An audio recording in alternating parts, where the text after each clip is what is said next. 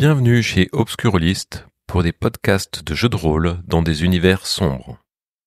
Précédemment dans la Madone Noire, Marcus fait tout pour en savoir plus sur les gens qu'il suivent et pour leur échapper. Alors que Sven et Irina fouillent l'appartement de Magda à Hambourg pour en apprendre plus sur sa disparition. Nous reprenons alors qu'Irina vient de trouver un des carnets de Magda. Bonne écoute de la Madone Noire, épisode 5. Le premier que tu ouvres, tu t'aperçois que c'est une sorte de journal intime de Magda. Bah, je commence à lire. Tu commences à lire, et c'est un peu cryptique. C'est écrit à la main, en allemand, et visiblement, ça parle de plein de choses. Ça parle de sa vie, en fait. Ça commence en 1960. Tu essaies d'aller à une année que tu connais. Une année que tu as rencontré vers 77, quelque chose. Elle travaille dans une librairie à Berlin et tout ça et machin. Et tu t'aperçois qu'elle parle de la mort de son mari après en 77, 78. Tu t'aperçois qu'il y a des années qui manquent aussi parfois, des longues périodes. Et tu comprends que t'as beaucoup de mal à le suivre en fait le carnet. Il faudrait peut-être que tu les étudies pendant un certain temps parce qu'elle est comme si elle avait une sorte de lunatisme ou peut-être plusieurs personnalités. Enfin, des fois c'est posé, des fois ça part complètement dans des délires complets. Il y en a combien des carnets? Il y en a quelques-uns. Tu peux prendre la boîte. J'ai une dizaine de carnets. Il y a qu'une boîte. Je pensais qu'il y en avait deux. Oui, l'autre boîte c'est des livres à elle en fait, des livres russes. Avant de prendre la boîte, je me rends compte que en lisant par-dessus son épaule que c'est un journal intime, je cherche la dernière entrée. Ou les dernières entrées. Le dernier... Alors, les dernières entrées datent de 90. Et il y a tout un passage sur les dernières entrées, effectivement, et tu vois qu'il parle de Philippe Kramer. Donc pareil, c'est manuscrit, tu peux pas juste lire comme ça parce que c'est, comme je te dis, comme j'expliquais à Irina, ça passe d'une écriture posée à un délire complet. Et avant de revenir, faudrait essayer faut se poser en fait quelque temps et. Ok. Et on en a pas vu des livres comme ça dans la maison. L'appartement. Non, aucun. Dans la boîte. Hein. Le concierge, il a eu son argent. Et il n'y a pas des voleurs. Mm-hmm. Ouais, je fais confiance à votre charisme pour passer. Ou alors, je peux dire que j'ai récupéré des livres qui m'appartenaient. Et avant de partir, vu qu'on a récupéré l'adresse de Magda à Berlin et ne pas se retrouver dans la même situation que à Hambourg, je récupère un jeu de clés. Ça se trouve, il y a la clé de... Je me dis que ça peut servir. Il y en a 4. Il y a une grande clé qui est toute seule. Il y a un anneau qui porte deux autres clés. Et il y a une clé de voiture. Et il y a une toute dernière clé avec une étiquette marquée Irène. Et ben, je prends tout sauf les clés de voiture. Ok. Et vous ressortez. Et je ressors. On n'est pas beaucoup avancé. Une autre meilleure piste, c'est Philippe Kramer, la dernière personne, une des dernières personnes qui a essayé de la joindre. Puis il est venu avec elle au gala, donc il aura sûrement des choses à nous dire. Enfin, en tout cas, il faut qu'il nous dise des choses. Est-ce que j'imagine que Madame Irène nous a laissé son numéro de téléphone? Oui. Enfin, elle l'a laissé à Irina. Je sors mon téléphone portable et je la joins par téléphone. Ok. Bah, tu arrives à la joindre. Ok. Madame Adler, nous avons réussi à rentrer dans l'appartement de Magda. Et Magda va bien? Elle n'était pas dans son appartement. Ça fait longtemps que vous y êtes allé? Je suis allé il y a 3 jours. Et vous êtes allé il y a 3 jours dans son appartement et tout vous a semblé normal? Ouais, j'ai juste frappé, je suis pas rentré. Et dans son appartement, ça fait longtemps que vous êtes rentré? Oui, ça fait très longtemps. On avait rendez-vous souvent à l'extérieur. Ok. Est-ce que par hasard, elle aurait une clé de chez vous? Oui, je vais donner une fois parce qu'elle avait dû me rendre aller arroser mes plantes.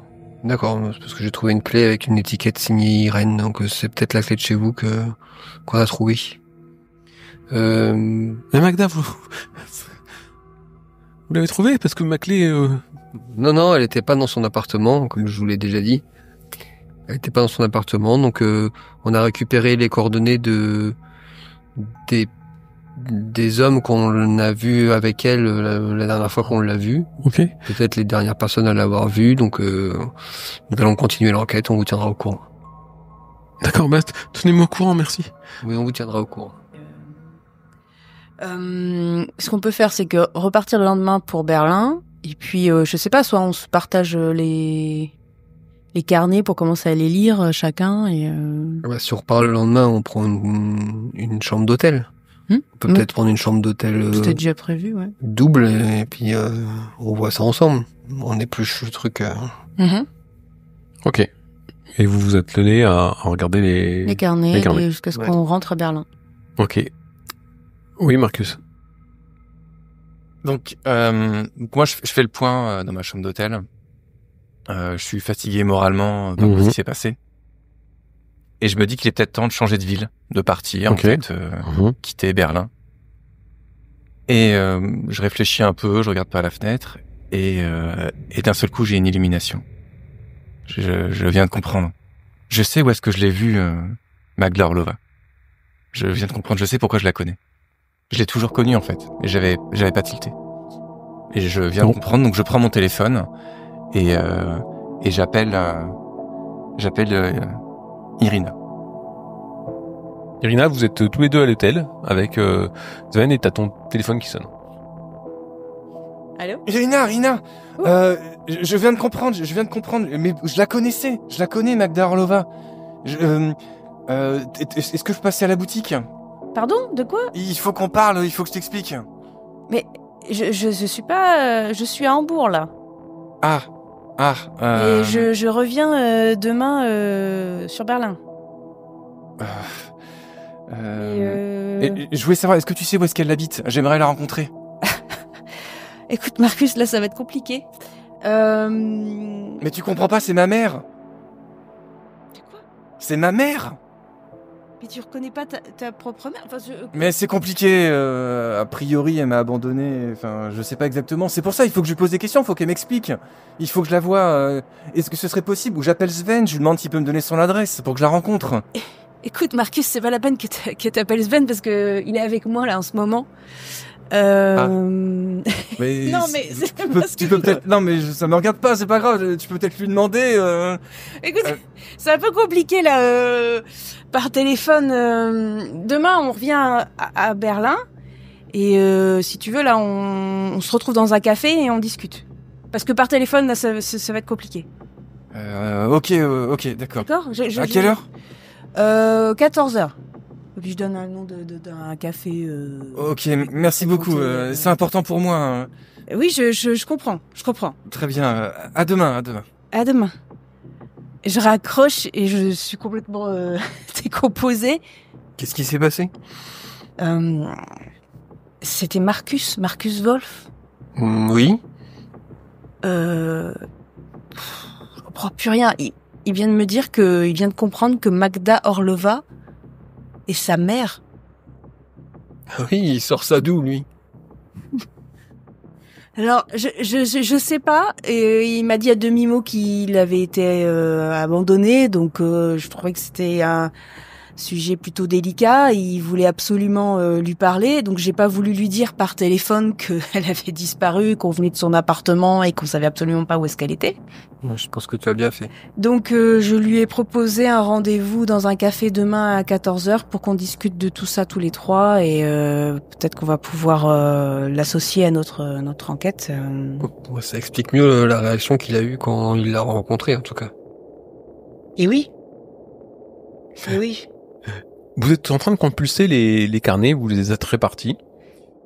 Vous vous apercevez que les noms de Sacha, Anton et Philippe apparaissent souvent les 3 premières années. Mais il manque des périodes. 62-63, 68-71, 72. Après 78, les carnets sont un peu plus lisibles. Ils tournent beaucoup autour du travail de Magda. Mais vous découvrez la dernière note, les dernières notes du journal de Magda. Est-ce que on y voit une mention de nous? Non. Dernières entrées du carnet intime de Magda Orlova. 15 juillet 1990. De retour à Berlin. Tout a changé. Ou peut-être que non. Philippe m'a emmené à l'AS. Donc c'est un sigle. Plus rien à voir avec ce qu'on avait fondé. L'association de quelque chose peut-être. Personne ne veut fouiller le passé, Philippe moins que les autres. C'est toujours là, caché. Comme une forme sombre qui rôde sous la surface. Elga était gentille, je vais l'inviter. 20 octobre 1990. Parler à Schröder. Parfaitement confiant sur la stabilisation de l'économie. Promis décide un article pour Neue G sur le sujet. Philippe venu dans l'après-midi. Première fois depuis 1 mois. Tout sauf calme. Je pense que la police le recherche. Je ne sais pas pourquoi, mais je me méfie de lui.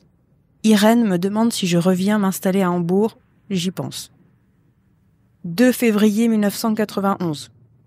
Participer à un rituel occulte. La nuit dernière à l'AS. Totalement inoffensif, mais j'ai quand même des cauchemars depuis. Des ombres prisonnières. Froid, comme un souvenir que j'aurais oublié. Réveillé à 4 heures, je me suis levé, il neige. 24 mars 1991. Philippe fait des cauchemars. Des hommes qui l'attachent et le torturent. J'ai essayé de lui dire que l'héroïne n'arrange rien. Ça ne sert à rien. Réunion annuelle de l'AS. J'ai été nommée au conseil. J'en avais pas particulièrement envie, mais ça ne me fait pas beaucoup de travail en plus. Je dois lire mon livre sur les rêves. 3 mai 1991. Encore des secrets à l'AS. Encore. Un journaliste m'a appelé pour me raconter ce qui s'y passerait. Des accusations plus délirantes les unes que les autres. J'ai l'impression de perdre tout contrôle. La nuit, tout mon corps me démange. 7 juillet 91. Les cloques s'étendent. Le docteur Semmelweis me dit que j'imagine tout ça. Est-ce que je deviens folle? Philippe les voit, lui. Le visage du rêve. Je peux presque le reconnaître. Je dois partir. 22 juillet 1991, je n'ose parler à personne des asticots. 6 médecins qui disent que je délire. J'ai une boîte de Valium. J'ai pensé à tous les prendre d'un coup, mais je n'y arrive pas. J'ai appelé Irène et je lui ai dit que je rentrais à Hambourg. 13 août 1991. Long message sur le répondeur. Philippe parlant de malédictions et de cauchemars où des hommes les découpent en morceaux. Je n'ai pas eu l'énergie de l'écouter, trop fatigué. Je n'ai pas dormi depuis des semaines. Ça ne peut plus durer. On va de mystère en mystère. L'AS. Ouais. Alors, l'AS, tu retrouves dans les premiers carnets. L'AS, c'est l'association slave. Des rituels occultes. Et apparemment, elle perdait les pédales complètement. Elle voyait des asticots et des cloques et les médecins lui disaient que c'était pas vrai. Mais ça nous avance pas sur où est-ce qu'elle peut être. Il y a quand même l'association slave, c'est quand même intéressant aussi comme. Surtout qu'elle est au conseil. Depuis le 24 mars, depuis 6 mois. Vous discutez un petit peu de ce que vous avez trouvé avant de vous coucher. Bah oui. Moi je savais pas que ça donnait à l'occultisme comme ça. C'était juste, c'était une libraire d'ouvrages anciens. Bon. Oui, moi aussi je l'ai connue. Elle était libraire. Et pareil, ils sont passés dans la drogue ou dans une prison. On en apprend de belles. Mais ça ne me donne pas moins envie de l'aider. Elle m'a aidé, donc à charge de revanche. Attention à ce qu'on va dire à Marcus demain. C'est-à-dire? Ben, déjà, il pense que c'est sa mère. Alors, c'est déjà un choc, je pense, en soi. Il faudrait qu'il ait des garanties, quand même. Mais, je pense qu'il va vouloir nous aider à la retrouver, du coup. Et vous voulez tout lui dire sur la S, le rituel, qu'elle a perdu un peu l'esprit? Je sais pas. je m'en voudrais de l'aider à retrouver une femme, pensant qu'il va retrouver sa mère et que ce sera le bonheur, et que au final, c'est une hypocondriaque à moitié folle qui se pratique l'occultisme. Autant le mettre au courant tout de suite. Il a l'air d'avoir les pieds sur terre. Ah donc, bon? Ah bon? vous Vraiment? trouvez pas? Je vous avais pas dit, mais il m'a dit que il se sentait suivi, qu'on l'avait pris en photo en pleine nuit devant l'hôtel de ville à Hambourg. En pleine nuit, à 1h du matin. Vous pensez vraiment que quelqu'un va prendre une photo de lui? Enfin, je sais pas, c'est... Que quelqu'un lisait son courrier, couvrait son courrier, m'a dit tout ça, hein. Donc, les pieds sur terre, je suis pas sûre. Mais en même temps, ça nous conforte dans l'idée que c'est peut-être bien le fils de sa mère. Vous vous couchez après avoir longuement discuté de la situation. Pas dans le même lit, hein. On n'est pas là dans notre relation. Ok. Et Marcus, toi, tu épuisé de tes veilles, c'est demain que tu récupères ton chien. Tu t'endors et vous faites encore ce cauchemar. Vous êtes enfermés. Des craquements, des sifflements. Il fait très très froid. Quelque chose vient vous prendre. Vous êtes gelé et vous vous réveillez. C'est envisageable que je puisse me procurer une arme ou pas? Tu peux demander à Fritz de se renseigner, par exemple. Ouais, je peux demander à Fritz de se renseigner, puis moi je m'achète un couteau et une casquette. Ok. Pour paraître un peu plus essayer de faire un peu plus discret. Voilà, je mets la casquette et tout, j'ai mon couteau sur moi et puis je vais discrètement. Je rentre pas dans le bar tant qu'eux ils y sont pas. D'accord, tu les vois arriver. Ils sont tous les deux? Toujours élégamment vêtus. Parce que Sven porte des costumes de toute façon impeccables en permanence. Et Irina est relativement, est plutôt soignée, voilà. Elle a toujours tendance à avoir un haut sombre et elle porte souvent un médaillon autour du cou. D'accord. Est-ce qu'il est comment ton médaillon, Irina? Est-ce qu'il est apparent? Est-ce qu'il le voit ou pas? Oui, il est par-dessus, un pull noir. C'est quoi? Mais c'est un symbole occulte, en fait. Ceux qui s'y connaissent pas, ils savent pas ce que c'est. C'est une croix, quoi, d'accord. Juste une croix. C'est toujours le même? Une croix comme ça. Ouais. Non. Toujours le même. Ouais, toujours le même, je pense. Vous rentrez dans le café choisi par Irina, qui est un café cosy, cossu, bruyant. Il y a du monde. Il y a du monde. Peut-être une brasserie, tu vois. Une brasserie, ok. Donc une fois seulement qu'ils sont rentrés, moi Tu les rejoins. discrètement, voilà, je les rejoins. Ok. Ouais, vous êtes ensemble à la brasserie. Donc, je après m'installe. avoir commandé une bière, sans doute. Bonjour. Et je m'assois. Je regarde un peu à droite et à gauche. Je reconnais personne. Tout a l'air ok. Tu reconnais personne quand tu regardes à droite et gauche. Pas de grands individus. Par contre, t'es convaincu qu'on t'écoute. Oui, ça j'en doute pas, mais le bruit devrait un peu masquer tout ça. Mais tu remarques personne de particulier. D'accord. Donc je m'installe, j'enlève ma casquette. Bonjour Marcus, tu prends quelque chose? Du coup, il est 14h. Ouais. Vous avez déjà déjeuné ou Moi, je prendrais bien à manger. Peut-être pas, ouais. On descend du train, là, Ouais, donc... voilà. Donc, je veux bien déjeuner, on va ouais. prendre un truc, ouais. Ok, 2 flammes queues. Moi, je préfère autre chose, mais je suis intolérant aux oignons. Donc, Bon, ça serait... Moi, je vais la prendre. Une wurst. T'inquiète, Sven. Ah non, mais c'était pour moi. Ah, d'accord. Une wurst. Quel blagueur. Ah, c'est une saucisse, simplement. Ouais, lui, il est donc il dit une saucisse, moutarde, machin, tout ça. Ok. Je m'approche de Irina. Je fais, Irina, j'avais raison. Je suis bien surveillé. Je les ai vus. Ils sont dans un véhicule Dodge. Et ils m'ont tiré dessus. Mon chien, actuellement, est à l'hôpital. Là, il s'est remis de la blessure. Ils ont extrait la balle. Je regarde Sven. Parce qu'en fait, on peut pas croire... Enfin, On n'a aucune preuve de tout ce qu'il nous raconte. En fait, il paraît très très parano en fait quand il dit ça. Sauf que moi, ça m'inquiète parce que le véhicule Dodge en question, effectivement, j'en ai vu, je l'ai vu qui tournait autour de moi. Ah bah du coup, vas-y, je te laisse. Quoi? Je te fais une description de l'homme, une description de la voiture. Et je l'ai vu, hein, ils sont rentrés chez moi, ils ont volé mon courrier. J'ai vu personne, mais j'ai vu une camionnette Dodge noire, vite teintée. Je te décris la même, je te décris même la personne qui était dedans.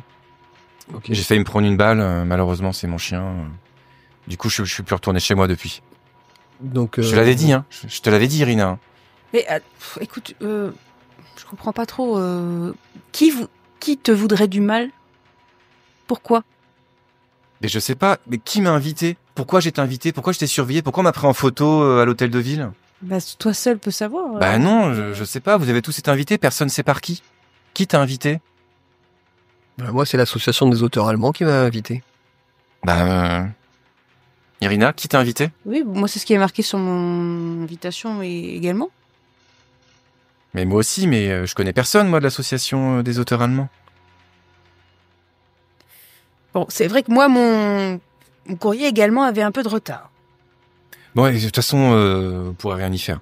Par contre, moi, ce que j'aimerais, c'est si je peux avoir l'adresse de Magda pour la contacter. Je vais tout lui expliquer, elle va comprendre. C'est pour ça que j'avais ça. Je savais bien qu'il y avait quelque chose qui m'avait interpellé quand je l'avais vu la première fois. C'est parce que c'est ma mère. J'ai pas eu un comportement déplacé, c'est que c'était viscéral. C'était, voilà, c'est ma mère et je l'ai reconnue, je l'ai vue dans son regard quand elle m'a tendu la main, quand je l'ai touchée. Enfin, Enfin, je sais pas, vous avez des parents, vous savez ce que c'est, quoi, comme relation. Je suppose qu'elle a peut-être une adresse, sinon je retourne à Hambourg si elle a pas d'adresse à Berlin. Si, elle a une adresse à Berlin. Ah, super, bah donnez-la moi, je vais aller la voir. C'est incroyable, vous imaginez, je vais retrouver ma mère. On vient justement de son adresse, on descend du train Hambourg-Berlin avec Irina. On a été contacté par Irène Adler, qui est une amie de Magda, parce que apparemment elle aurait disparu. Et donc on a été à Berlin pour la retrouver et on a été dans son appartement, elle n'y est pas et on comptait aller dans son adresse à son adresse de Berlin. Mais c'est ça, tout est lié. Ouais, mais la surveillance, mais parce qu'on l'a côtoyé, on a été malade, on est surveillé. C'est pour ça. Quelqu'un lui veut du mal. Pourquoi? Et on nous surveille parce que peut-être qu'elle a disparu et elle se cache. Alors si elle se cache, elle n'est pas à son adresse, à son appartement. Mais c'est pas grave, il faut quand même y aller. Peut-être qu'on va trouver des choses pour la retrouver. Je vais pas abandonner maintenant. Oui. On n'est pas. Faut peut-être prévenir la police sinon. Qu'est-ce qu'ils ont dit la police à Hambourg? Alors, Irène Adler ne souhaite pas avertir la police. Pour quelle raison? Ça aurait été mieux que tu l'appelles. Parce que rien de grave, mais pendant la séparation Est-Ouest, ta mère était à l'Est. Et visiblement, ce sont des personnes, je peux comprendre, marquées par tout ce qui était surveillance, écoute. On incarcérait des gens pour un oui, pour un non, parce que voilà. Et donc Mais c'est fini ça, le mur il est tombé. C'est ce qu'on lui a dit, mais bon, elles sont marquées. Enfin, c'est ce que j'ai compris, Sven. Je sais pas. Oui, c'est ça. Mais si personne n'a prévenu la police, ça fait combien de jours qu'elle a disparu? A priori, depuis le 14 septembre. On est quelle date? Ça fait une semaine. Donc ça fait une semaine qu'elle a disparu. Personne n'a prévenu la police. Écoutez, Marcus. Et donc là, on fait rien en fait, c'est ça? Non mais n'importe quoi. Mais c'est qui cette Irène Adler? Je crois que c'était son amie. Vous vous rendez compte, ça fait une semaine qu'elle a disparu? Marcus, vous avez bien conscience que si on confie ça à la police, c'est terminé. Enfin, vous allez pas en savoir plus sur votre mère. Enfin, si, ils vont nous aider à la retrouver. Mais vous pensez ils ont que plus de moyens. Vous pensez que ça... Enfin, je suis désolée, mais vous pensez que ça va être prioritaire pour eux? Je sais pas, je trouve que c'était une dame importante, charmante. Oui, mais je veux dire, pour tous les Allemands d'Allemagne, peut-être pas. Enfin, c'est à vous de voir. Enfin, en tout cas, je pense est-ce qu'on peut au moins aller chez elle, du coup? Si elle est à Berlin, peut-être qu'elle s'est juste changé d'appartement, puis qu'elle est fatiguée. Mais imaginez, elle est malade, elle est peut-être évanouie. Moi, j'étais très malade pendant 3 jours en revenant de Hambourg. Peut-être que là, elle est chez elle, alitée, elle a personne pour l'aider. Faudrait au moins l'appeler, je sais pas, ou se rendre là-bas, quand même, c'est le minimum à faire. Oui, c'est bien ce qu'on compte faire, mais on finit de manger. Mais on n'a pas le temps, là, de manger, il faut y aller tout de suite. On parle de la vie d'une dame quand même. Enfin, je pensais que c'était votre amie. C'est vous qui m'avez dit que vous la connaissiez. Et vous êtes là en train de manger, en train d'attendre, et on discute, voilà. Moi, ça fait 10 ans que je l'ai pas vue. Hein. Et ça fait une semaine qu'elle a disparu. On n'est pas à la minute. On y va juste après. Calmez-vous, parce que on va pas se promener dans Berlin avec vous qui êtes supposé être suivi. Je suis armé. Vous inquiétez pas, je suis armé. Ça me rassure beaucoup. Attendez, C'est-à-dire armé. je me suis fait tirer dessus quand même. Hein. Oui, c'est-à-dire armé. Ne vous inquiétez pas. Je saurais me Et défendre. justement, peut-être que si vous êtes suivi, il faut peut-être mieux qu'on ne soit pas avec vous. Parce que visiblement, vous êtes suivi. Enfin, nous, on n'a pas encore de preuve Non, mais qu'on l'est. je les ai semés Ah ouais. Vous êtes sûr de ça? Oui. Vous êtes venu comment? à pied. Je aile le serveur. Je fais, s'il vous plaît, on est pressé. Pouvez-vous dépêcher, s'il vous plaît? Merci. Serveur fait la tournée des différentes tables et a bien noté, et donc t'amènes la note. Bah, je sais pas, je regarde le montant. Bah, Je oui, paye c'est ma part, et puis voilà. Tu payes ta part, ok. En liquide, oui. En liquide. J'habite Irine. Ok. Ah, merci. Et vous dirigez donc vers l'appartement de Magda, c'est ça? On va plutôt aller chez moi et on va prendre ma voiture et comme ça on pourra se déplacer plus Ouais, mais c'est rapidement. loin. Mais non, c'est pas loin, c'est à 2 pas. Dans la voiture, j'informe Marcus que quand même sa mère, enfin si sa mère. Vous êtes sûr déjà? Oui. Comment?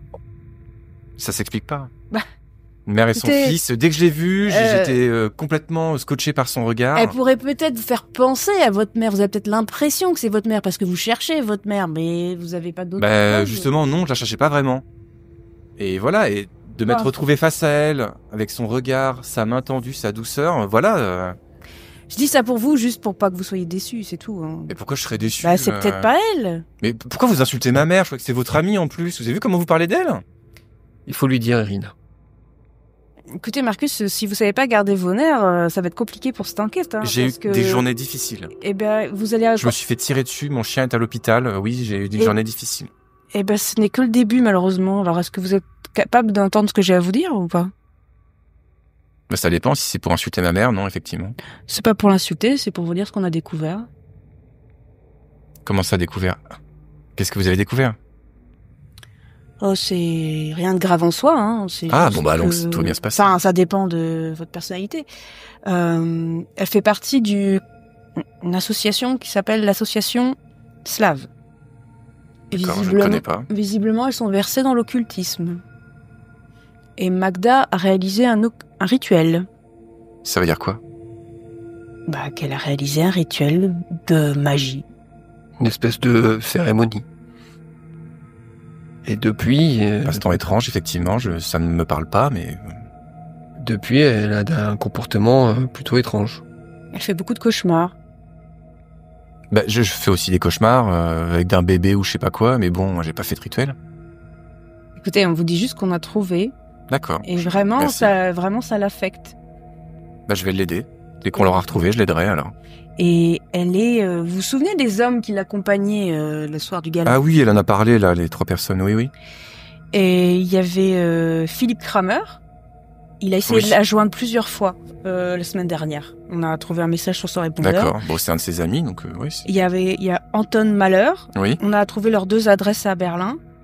Et Et un 3e homme. Oui, il y avait Sacha. Sacha, Sacha Pogodine. Ah, Sacha Pogodine. Ça me revient maintenant. Et donc lui aussi, il prend des nouvelles de ma mère? on a trouvé son nom dans ses papiers, mais on sait pas grand-chose de lui. Pas grand-chose non plus de Anton Mahler. Hein. De toute façon, une fois qu'on aura retrouvé ma mère, je pense qu'on lui demandera, on lui posera la question, c'est pas... Oui, pour l'instant, nous savons absolument pas où est-ce qu'elle est. Est-ce qu'elle se cache? Donc si elle se cache... Ben, voilà. je pense qu'elle se cache, moi. Et notre prochaine piste, à moins que vous envoyiez une autre, c'est Philippe Kramer, qui a cherché à la joindre et... D'accord.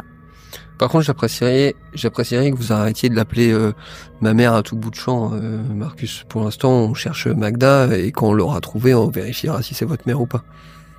Si vous Je l'appelle comme si vous dites que vous avez perdu votre maman à un homme qui la connaît depuis une vingtaine d'années, il va pas vous prendre au sérieux. Soit. Soit.